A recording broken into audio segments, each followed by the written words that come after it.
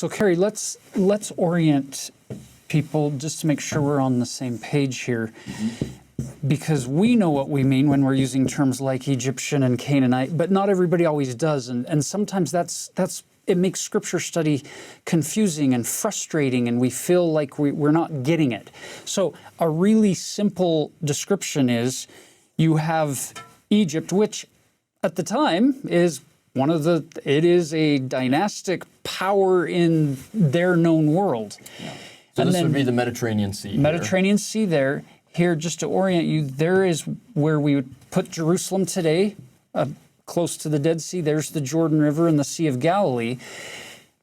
Anciently, that's when he keeps using this term Canaanite. Canaanite, we're talking about that region. Now, there's some argument as to exactly where Abraham and this that he's in the land of the Chaldeans is. Some people would place it in Mesopotamia, which would be like way over here in modern-day Iraq.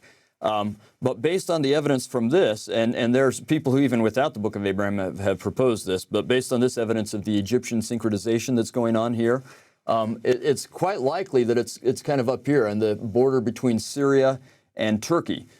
Which Canaanite is a kind of a weird term. It's what we apply to all sorts of older people that we don't know exactly what they worshipped and what they did. They're not it's not really a uniform culture, but there are some uniform elements. So this is kind of Canaan proper, but we still often use this term for this whole area. And so it's quite likely that Abraham, and we have some different kinds of evidence. We can bring in archaeological, textual, and scriptural evidence to deduce this.